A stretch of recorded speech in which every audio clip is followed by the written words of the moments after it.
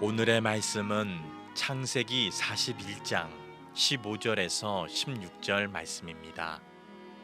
바로가 요셉에게 이르되 내가 한 꿈을 꾸었으나 그것을 해석하는 자가 없더니 들은즉 너는 꿈을 들으면 능히 푼다 하더라.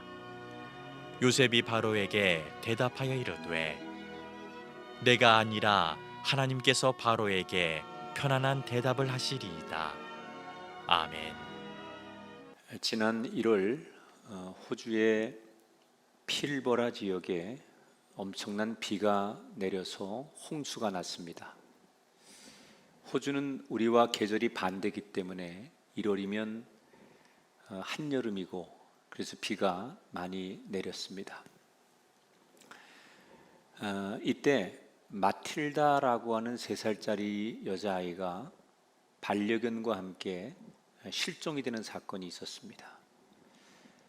이 소식을 들은 당국은 헬리콥터, 또 구조견, 심지어 많은 인력을 동원해서 이 마틸다를 찾으려고 했지만 하루가 지나도록 이 아이를 찾을 수가 없었습니다.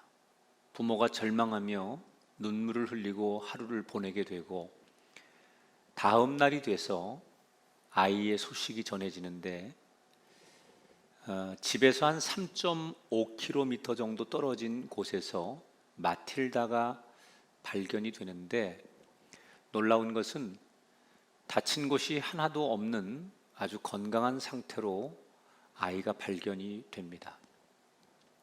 어떻게 된 거냐? 같이 있었던 반려견이 이 아이를 충성스럽게 보호해 준 겁니다. 주인이 춥지 않도록 자기 몸을 주인에게 내어주고 체온을 따뜻하게 나누어 줬고 위험하지 않도록 또 아이가 두려워하지 않도록 옆에서 아이를 지켜줬던 겁니다. 어떤 상황에서도 자기 주인에게 일편단심을 보인 반려견 덕분에 아이는 구조가 됩니다. 이 반려동물이 어떤 상황에서도 자기 주인을 배신하지 않는다고 하지요. 그래서 현대인들이 아마도 사람에게 실망하고 또는 상처받고 외로운 사람들이 이 반려견을 가족처럼 여기고 같이 행복한 삶을 나누는 분들이 많습니다. 그런데 또 이런 것과는 다르게 인간의 추악한 모습의 소식도 들립니다. 동물을 너무 쉽게 생각해서 생각 없이 키우다가 특별히 여름철 휴가 기간에 상황이 안 좋다고 해서 동물들을 휴가지에다가 버리는 일들이 굉장히 많답니다. 통계 보니까 7, 8, 9월 달에 13,000마리 정도가 길거리에 휴가지에 버려진 동물들 통계가 나와 있는데 어려우니까 상황이 힘드니까 많은 주인들이 휴가지에 가서 동물을 몰래 버리고 온다는 겁니다. 내가 선택한 거 아닙니까? 동물을 입양한 것도 내가 선택한 거고 그러나 상황이 좀 힘들다고 해서 쉽게 생명을 버리는 우리들. 저는 이 이야기를 들으면서 우리가 하나님께도 그런 건 아닌가 이런 생각을 해봤습니다. 상황이 급하면 하나님을 찾다가 또 상황이 달라지면 뒤도 돌아보지 않는 우리들의 모습. 예나 지금이나 인간들은 하나님을 이렇게 대하고 있지는 않은가 그런 씁쓸한 생각이 들었습니다. 성경은 우리가 하나님을 대하는 태도에 대해서 뭐라고 얘기합니까? 상황이 중요한 것이 아니다. 어떤 상황 속에서도 하나님을 바라보라고 합니다. 항상 하나님을 바라봐라. 맑든지 흐리든지 좋은 때이든지 나쁜 때이든지 마치 늘 해를 바라보는 해바라기처럼 우리는 어느 때든지 상황과 상관없이 하나님을 바라보는 신앙이 좋은 신앙이라는 거예요. 힘들다고 또 내가 간절함이 사라졌다고 하나님을 바라보지 않는 것이 아니라 잘 되고 행복할 때도 하나님께 감사함으로 바라봐야 하고 어렵고 힘들 때도 늘 하나님을 더욱더 바라보는 해바라기 같은 신앙. 오늘 우리가 드리는 예배 또한 각각 다른 상황에서 모였지만 우리의 처지와 형편이 좀 다르지만 하나님을 향하여 한 마음으로 예배하고 하나님을 높이는 거룩한 시간이 되었으면 좋겠습니다. 오늘 창세기 41장 전반부의 이야기, 요셉의 이야기를 살펴볼 건데 지난 시간에 요셉이 술 관원장, 빵 관원장의 꿈을 해석해주고 특별히 술 관원장에게 부탁을 합니다. 이 감옥에서 나가거든 나의 억울함을 풀어주시고 나를 이 감옥에서 건져주십시오. 그리고 약속을 받아냅니다. 그 약속을 찰떡같이 믿고 술 관원장이 이제나 저제나 자기에게 찾아올까, 자기를 이 감옥에서 건져줄까, 억울한 누명을 벗겨줄까, 온통 요셉의 기대는 술 관원장이었습니다. 그러나 감옥을 나간 술 관원장은 요셉을 새까맣게 잊어버리게 되고 또다시 버려진 상처받은 요셉은 그 상처의 아픔을 가지고 감옥 생활에 몸부림을 치게 됩니다. 이제는 사람에 대한 기대, 술 관원장에 대한 기대를 다 내려놓고 다시 감옥에서 일상으로 적응해 가고 있을 때 오늘 성경 41장 이야기가 시작이 됩니다. 근데 오늘 성경에 우리가 무심코 넘길 만한 숫자 하나가 나와요. 그게 뭐냐면 41장을 이렇게 시작하죠. 요셉이 두 관원장과 만났다가 헤어진 지 2년이 지난 어느 날, 이렇게 나와요. 2년이 지난 어느 날 이집트의 파라오 왕이 꿈을 꾸었다. 성경이 이렇게 시작하거든요. 근데 여기서 왜 2년이라고 꼭 집었을까? 이 2년의 의미는 뭘까? 요셉은 조금 전에도 말씀드린 대로 지난 2년 동안 관원장이 자기에게 희망이었어요. 전부였어요. 그 관원장을 붙들고 관원장을 기다리고 관원장을 기대하는 것이 자기 인생의 탈출구였어요. 그런데 그 관원장이 아무리 기대해도 자기의 소원을 채울 수 없다는 걸 알고 이제는 더 이상 사람에 대한 기대, 관원장에 대한 기대를 내려놓고 다시 하나님만이 나의 희망이고 구원이고 기대일 수밖에 없습니다 라고 전적으로 의지하는데, 사람을 내려놓고 하나님을 붙잡는데 걸리는 시간, 이게 2년의 의미라고 생각해요. 하나님은 우리들에게 세상을 완전히 내려놓고 하나님만 의지하는 시간을 우리에게 허락하실 때가 있어요. 어떤 분에겐 그게 2개월일 수 있고 어떤 분에겐 그게 20년일 수도 있습니다. 그러나 분명한 것은 내가 세상에 대한 기대, 또 사람에 대한 희망, 여기에 목숨을 거는 이 모든 것들이 내려놓고 하나님을 기대하고 의지하는 시간으로 돌아서는데, 이 과정이 없이는 하나님이 우리를 건져주시지 않는다는 거예요. 이제는 사람에 대한 기대보다는 다시 일상으로 돌아와 조용히 하나님을 의지하고 살아가던 평범한 일상 중에 오늘의 이야기가 시작되는 거예요. 이집트 파라오 왕이 어느 날 꿈을 꾸게 됩니다. 근데 꿈 내용이 너무나 희한한 거예요. 자기가 큰 강가, 여기서 말하는 강은 이집트가 자랑하는 나일강이죠. 자기가 그 강가에 서 있는데 그때 아주 멋있게 생기고 살이 토실토실 찐 암소 7마리가 강가에서 올라오더니 펼쳐진 갈대 풀밭에서 먹이를 뜯어먹는 거예요.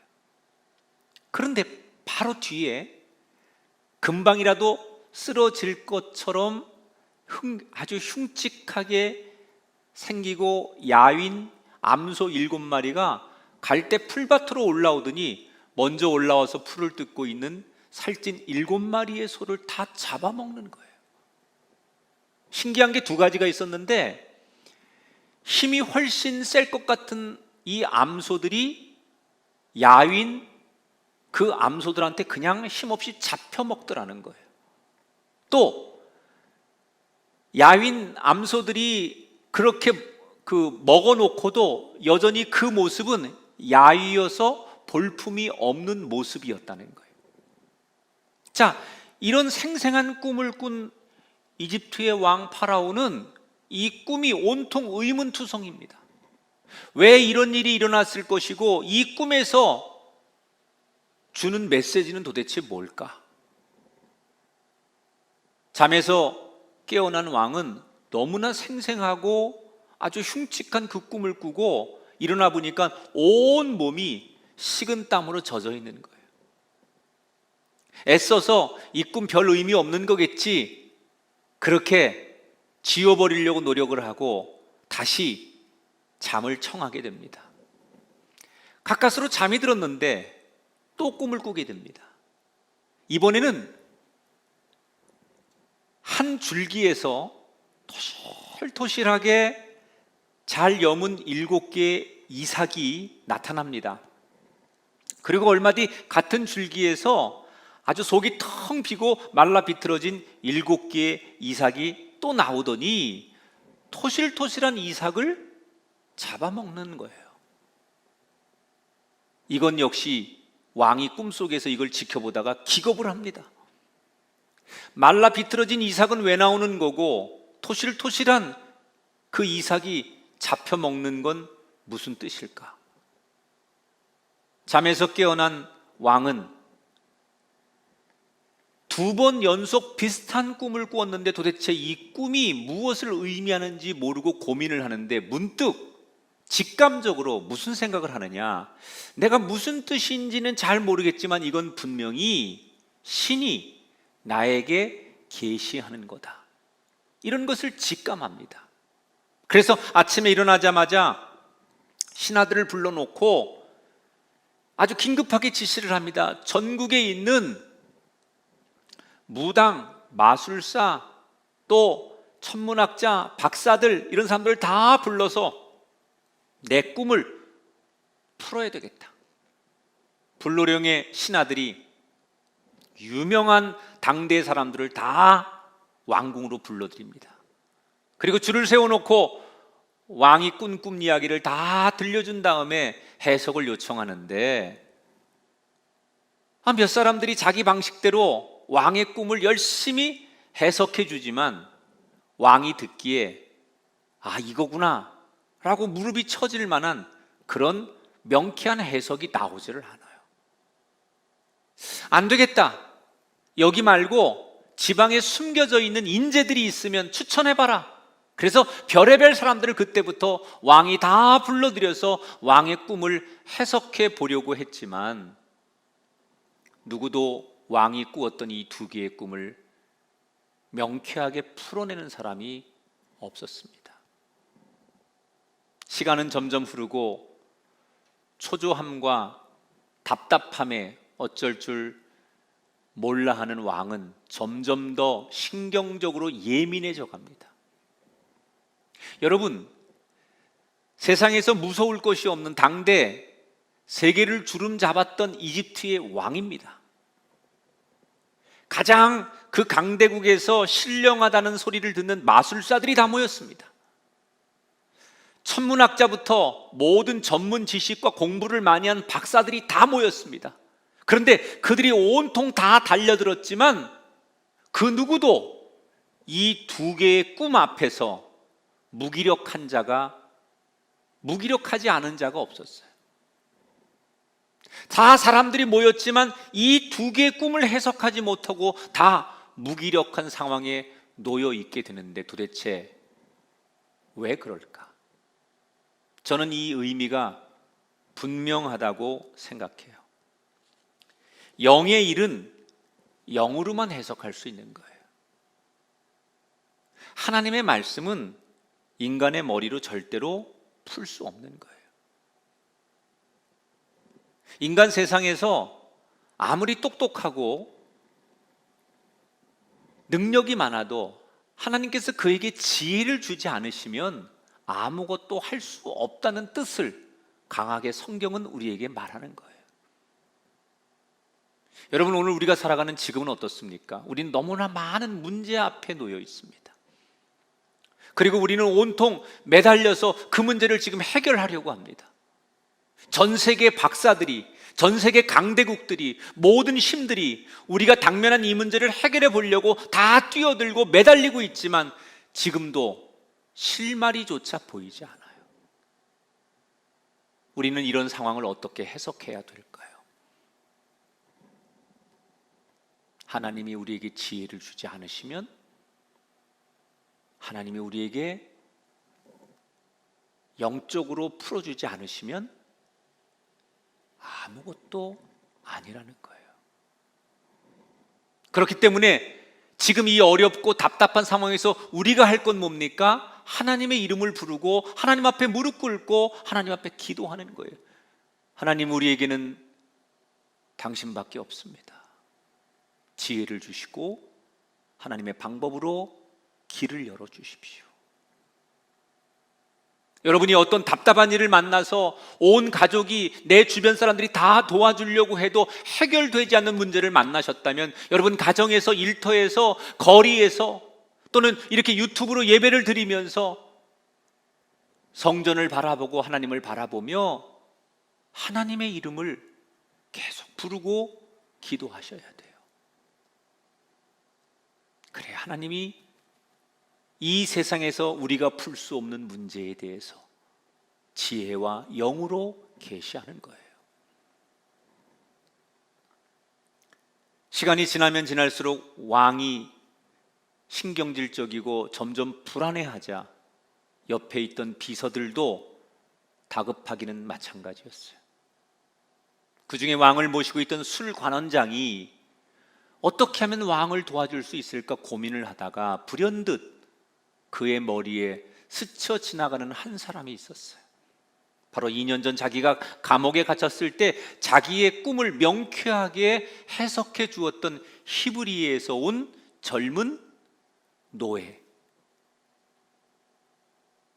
2년 전에 그 노예에게 감옥 나오면서 자기가 내가 밖에 나가면 너를 잊지 않겠다고 약속했는데 밖에 나와서 지난 2년 동안 새까맣게 그를 잊어버리고 있었어요.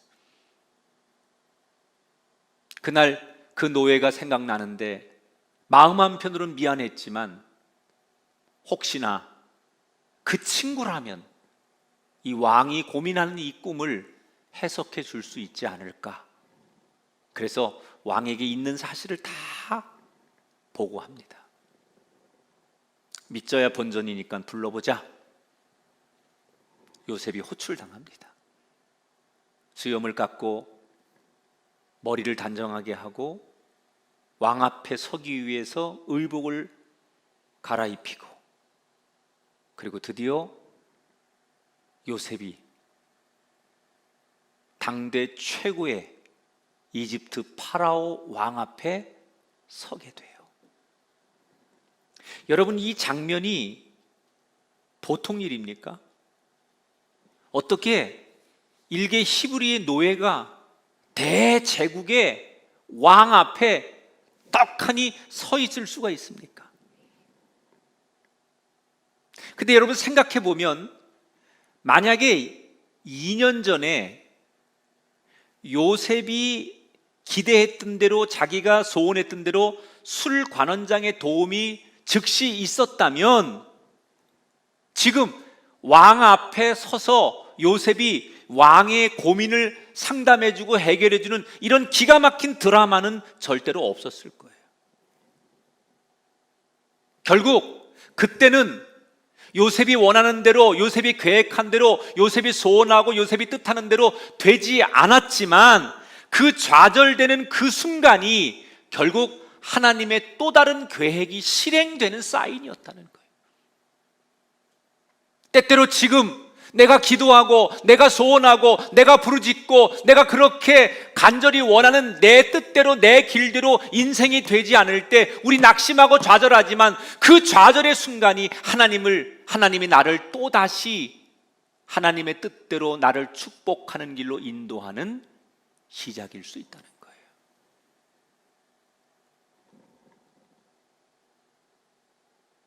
기가 막힌 일이 일어나는 거예요. 어떻게 감히 히브리 노예가 대제국의 왕 앞에 서 있을 수 있습니까? 거꾸로 생각해 보니 왕의 입장에서는 너무 황당한 거예요. 자기가 신하의 말을 듣고 근본도 없는 요셉이라는 히브리 노예를 자기 앞에 불러왔지만 그를 딱 보는 순간 자존심도 상하고 이게 뭐 하는 짓인가? 이 나라에 그렇게 유능하고 훌륭한 인재가 없어서 내가 저 따위 근본도 없는 노예 앞에 내 인생의 문제를 내놓고 고민을 해결해 달라고 상담해야 되는가? 자기의 모습이 너무 초라한 거예요. 그래서 요셉에게 대뜸 이렇게 한마디 외치지요. 자네가 듣지 아니 꿈을 듣고 잘 해석한다는데 어디 내 꿈을 해석해 보게나. 만약에 내가 만족할 만한 답을 못하면 오늘 네 목을 칠 것이다. 이 장면에서 이미 파라오 왕은 요셉을 너무 하찮은 존재로, 자기를 도와줄 파트너로 존중하는 게 아니라 정말 벌레만도 못한 존재감 없는 그런 상대로 경멸을 하고 있었다는 거예요. 그래서 무시하는 거예요. 너 같은 노예가 뭘 할 수 있겠어? 라고 상대를 완전히 깔보는 거예요. 그런 시선으로 지금 요셉을 보는 거예요. 여러분, 이런 분위기에서 요셉은 얼마나 긴장됐을까요? 보통 사람들 같으면 그런 왕 앞에 서 있는 것 자체가 너무 힘들어서 다리가 떨려서 서 있지 못했을 거예요. 아니 어떤 생각이 나도 차마 입이 떨어져서 말을 못했을 거예요. 왕만 있는 게 아니에요. 거기에는 최고의 실세들이, 최고의 권력과 신하들이 요셉을 바라보고 있습니다. 왕이 조금 전에 뭐라고 그랬어요? 이 해석 못하면 오늘 네 목을 칠 것이다 라고 말했어요.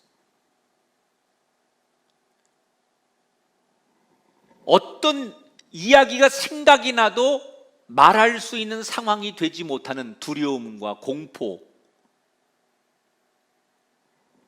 아주 괴로운 시간이에요. 그래야 그게 맞는 거예요, 우리 상식에. 그런데 오늘 성경 보세요. 여러분, 이 요셉 보세요. 의외의 모습을 보여줍니다. 16절 말씀 다 같이 한번 읽어보겠습니다. 여러분 화면을 보시고, 요셉이 바로에게 대답하여 이르되 내가 아니라 하나님께서 바로에게 편안한 대답을 하시리이다. 자기를 무시하는 왕 앞에서 요셉이 뭐라고 얘기를 해요? 왕이시여, 제가 대답하는 것이 아니라 제가 섬기는 하나님께서 말씀해 주시는 겁니다. 저는 그냥 읽고 넘어갈 수 있는 이 구절에서 하나님의 가슴이 뭉클하셨을 거라고 생각해요. 왜냐? 지금 파라오 왕은 온통 요셉을 바라보면서 벌레만도 못한 요셉을 경멸하고, 그리고 요셉을 쳐다보면서 요셉이 무슨 말을 할까? 요셉만 지금 바라보고 있는 거예요. 그런데 갑자기 요셉이 자기를 바라보는 그 왕의 시선을 자기가 아닌 하나님께로 돌리게 만들어요. 왕이시여, 내가 대답하는 것이 아니라 내가 섬기는 하나님께서 대답하실 겁니다. 그랬더니 이 왕이 요셉을 바라보다가 요셉이 손가락질로, 요셉이 말하는, 요셉이 지목하는 하나님을 향하여 생각하고 하나님을 바라보고 하나님을 묵상하고 생각하게 된다는 거예요. 저는 이 장면이 요셉의 위대함이라고 생각해요. 여러분, 우리 인생의 목적이 뭡니까? 내가 드러나고 내가 박수받고 내가 사람들 앞에 주목받는 것이 아니에요. 내가 아무리 잘되고 내가 아무리 유명해지고 내가 아무리 돈 많이 벌고 유능해져도 내가 주목받고 박수받는 것이 우리 인생의 목적이 아니라 나를 통하여 하나님이 영광 받으시고 사람들이 내가 이뤄놓은 많은 박수받을 만한 일들을 통해 하나님을 바라볼 수 있게 하는 것, 그것이 우리 인생의 목적이 돼야 돼요. 내가 영광 받는 삶이 아니라 하나님께서 영광 받으시는 삶,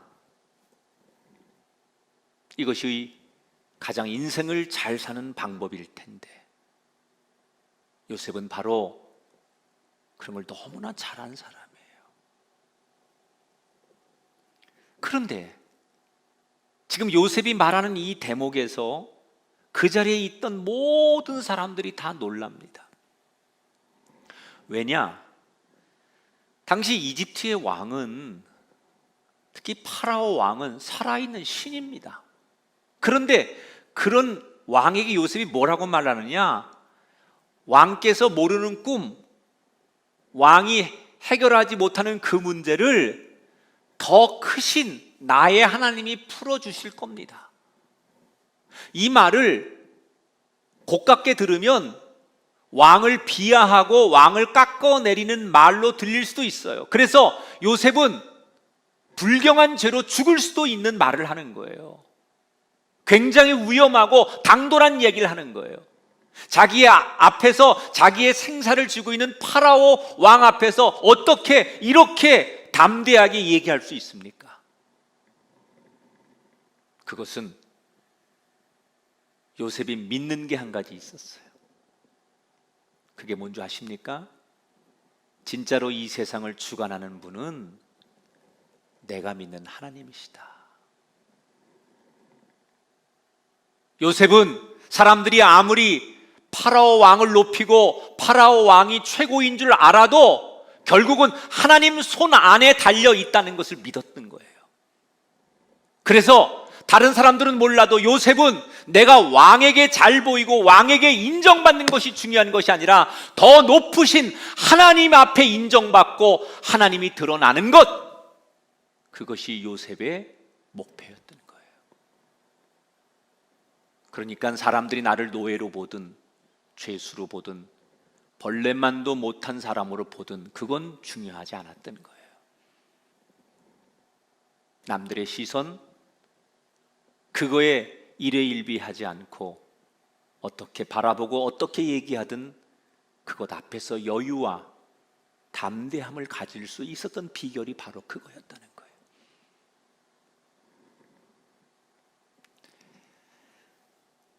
우리는 지금 참 어려운 시대를 살아갑니다.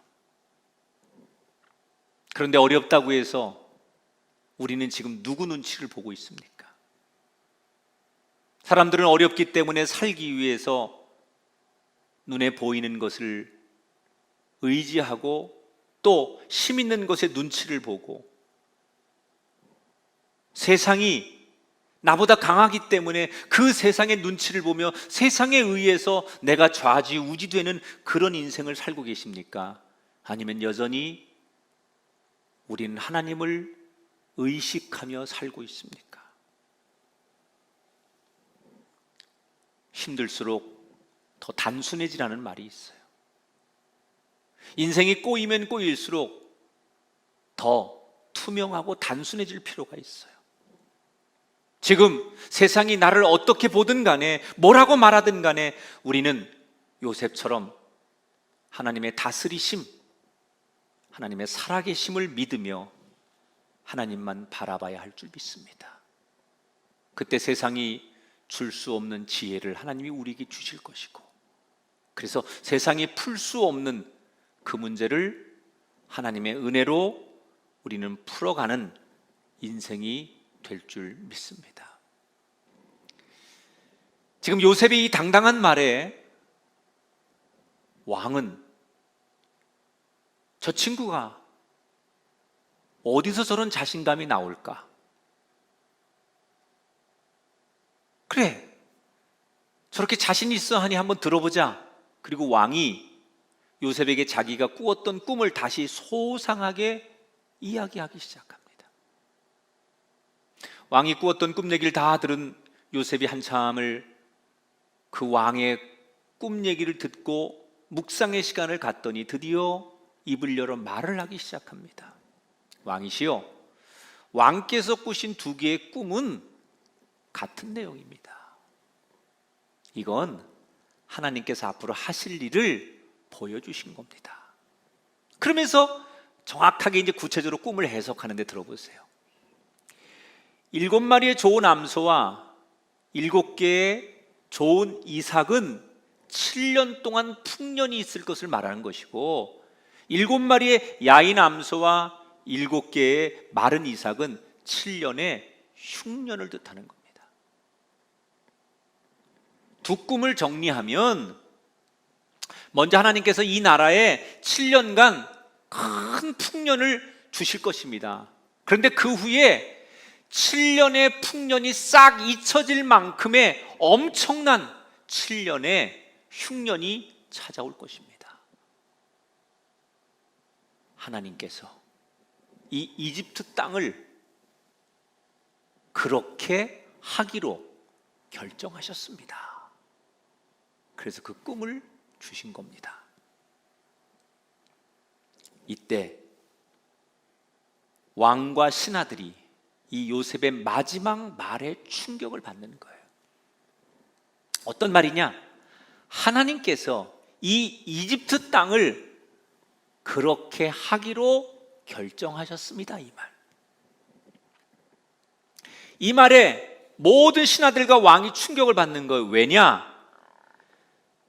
당시의 고대 중동 사람들은 신은 특정한 장소에만 머문다고 생각을 했어요. 그래서 이집트 사람들은 자기들이 믿는 신이 이집트를 다스리는 거고, 지금 요셉이 말하는 야훼 하나님은 요셉의 집에나 머무는 신이라고 생각을 한 거예요.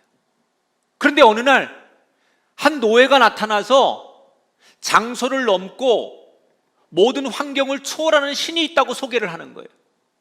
그러니까 어떤 사람들은 이 이야기를 듣고 요셉의 그 논리정연하고 확신한 이야기를 듣고 충격을 받는 사람도 있고, 이 얘기를 애써 안 믿으려고 고개를 가로저으며 말도 안 되는 소리라고 부정하는 사람들도 있었어요. 그런데 시간이 지나면 지날수록 거기 있던 모든 사람들은 요셉의 말을 수긍할 수밖에 없었습니다. 왜 그러냐? 두 가지 때문에. 요셉이 하나님 이야기를 하는데 너무나 확신에 차 있는 거예요. 조금도 두려워하거나 조금도 머뭇거림 없이 하나님 이야기를 할 때, 이 꿈을 해석해 줄 때 너무나 확신에 차 있는 거예요. 두 번째, 같은 이야기를 해도 너무나 지혜롭게 논리정연하게 이야기를 하는 거예요. 그러니까 사람들이 이야기를 들으면 들을수록 요셉의 이야기에 빠져들 수밖에 없는 거예요. 여러분, 예나 지금이나 세상은 하나님을 말하지 못하게 하려고 합니다. 이때 이런 세상을 대처하는 방법 중에 하나가 요셉처럼 우리가 하나님을 이야기할 때 확신을 가지고 이야기해야 돼. 분명한 확신과 하나님이 주신 지혜로. 이게 세상 사람들이 싸우자고 덤빈다고 함께 싸우거나 같이 삿대질하고 같이 세상 방법으로 대하는 게 아니라 하나님이 주신 지혜로 이 세상을 오히려 때로는 품고 냉철하게 다스리고, 좀 하나님의 지혜로 세상을 대해야 되는데 똑같은 방법으로 세상을 대하다 보니까 세상 앞에 무기력해지는 거예요. 오늘 이 예배에 함께 하시는 여러분, 여러분에게 요셉에게 임했던 그 확신, 그리고 그 지혜로움이 시시각각으로 여러분 삶 가운데 충만하게 되시기를 주님의 이름으로 축원합니다.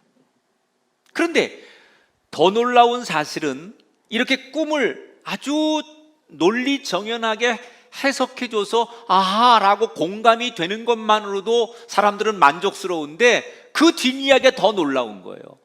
꿈을 해석해준 것으로 끝나지 않고 지금부터 요셉이 대안을 얘기하기 시작해요.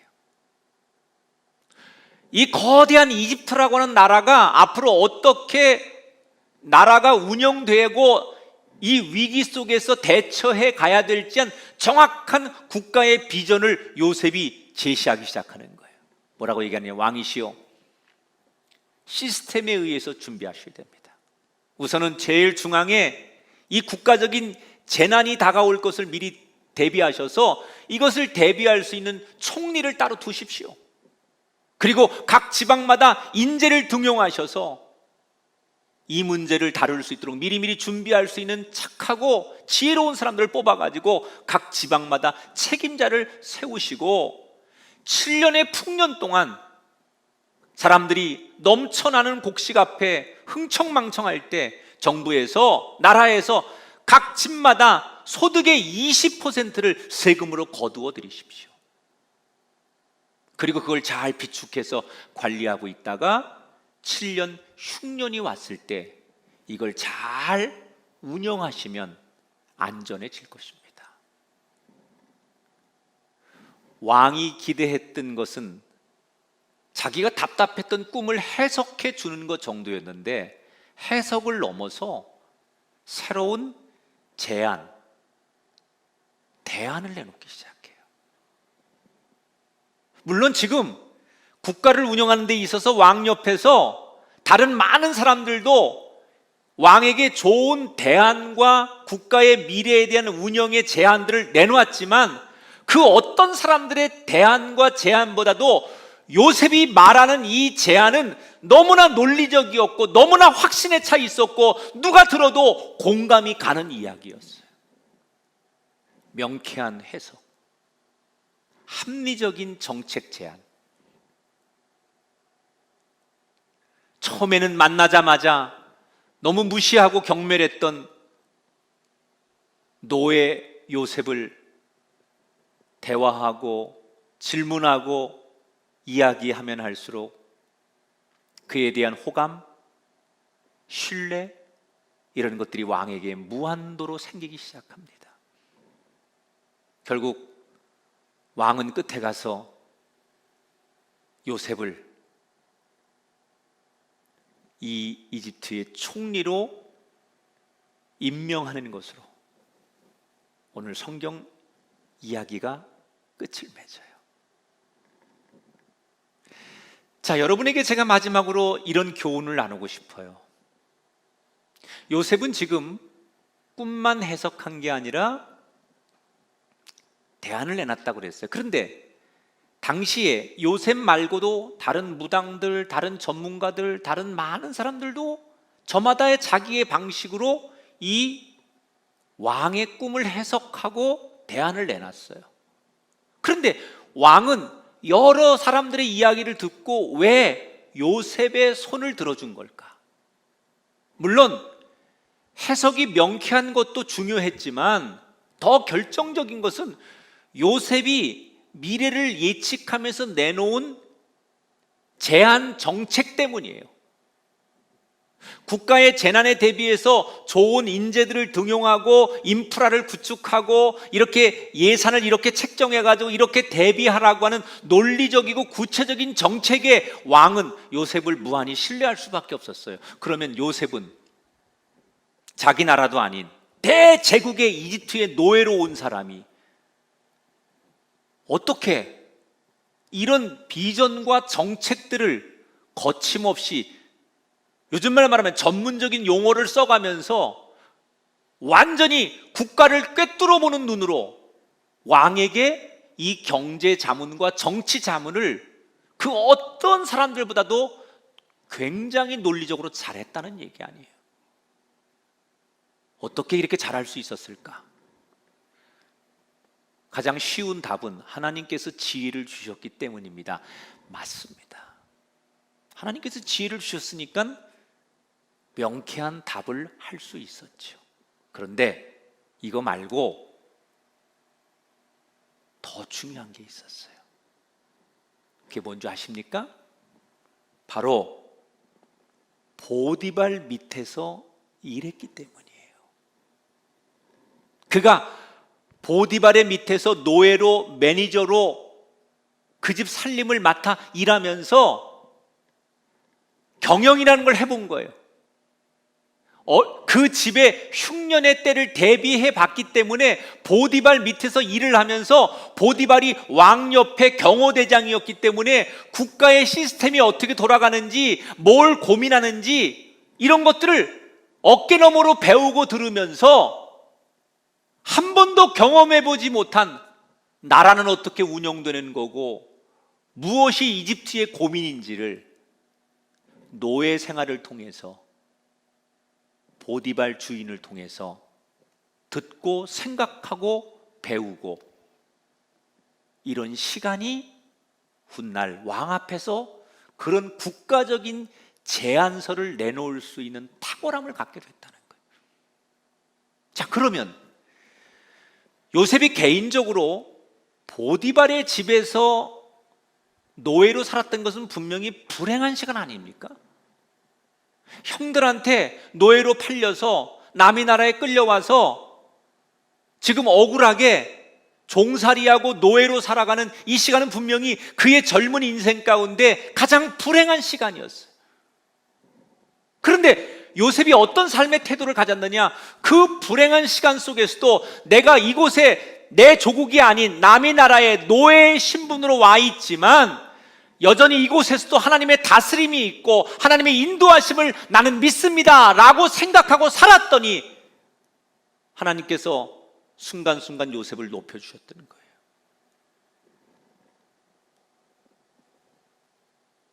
그래서 저는 이렇게 말하고 싶어요. 한번 따라 할까요? 하나님 안에서 불행은 없습니다. 맞습니다. 하나님이 그리시는 큰 그림 안에서는 우리는 결코 불행하지 않습니다. 우리가 아무리 어떤 큰 어려움을 만났을지라도 그 안에 하나님의 뜻이 들어있는 거예요.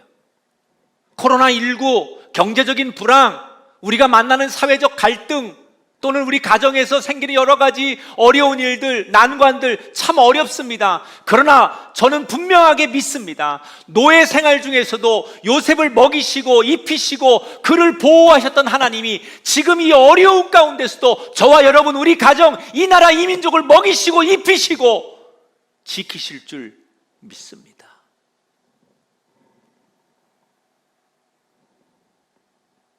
요셉의 노예 생활은 사람의 눈으로 보면 노예였지만 하나님의 눈으로 보면 언젠가 그를 다시 쓰실 인생의 도약판으로 쓰신 거예요. 그렇기 때문에 우리는 내가 지금 힘들고 뜻대로 잘 되지 않는 상황에 놓였을지라도 언제나 해를 바라보는 해바라기처럼 무슨 상황에서도 하나님을 바라봐야 되는 거예요. 여러분, 하나님이 이 세상을 주관하고 계심을 믿으십니까? 그렇다면 그 당신의 믿음 안에서 지금의 이 어려움들, 이 고난은 불행이 아닌 축복의 통로가 될 것입니다. 요셉처럼 감옥일지라도, 노예의 신분일지라도, 아니 그 왕의 무서운 경멸의 눈과 공포스러운 분위기 앞에서도 그 환경과 세상 앞에 무릎 꿇는 사람이 아니라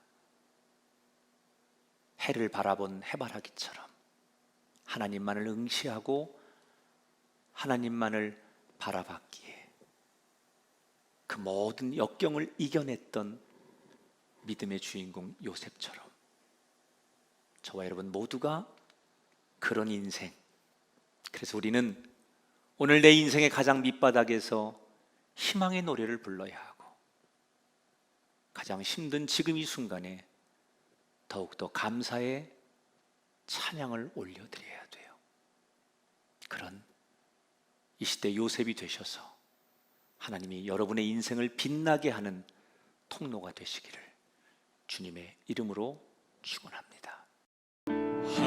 하나님의 사랑을 의미 없는 존재인데 하나님이 이 땅에 창조주이시고 모든 걸 지금도 다스리는 것을 이론적으로는 아는데 내 눈앞에 보여지는 세상 돌아가는 걸 보고 있노라면 의식 속에 하나님을 잊을 때가 참 많았습니다. 아무리 세상이 힘있고 능력 있는 사람들 손에 의해서 움직여지는 것 같아도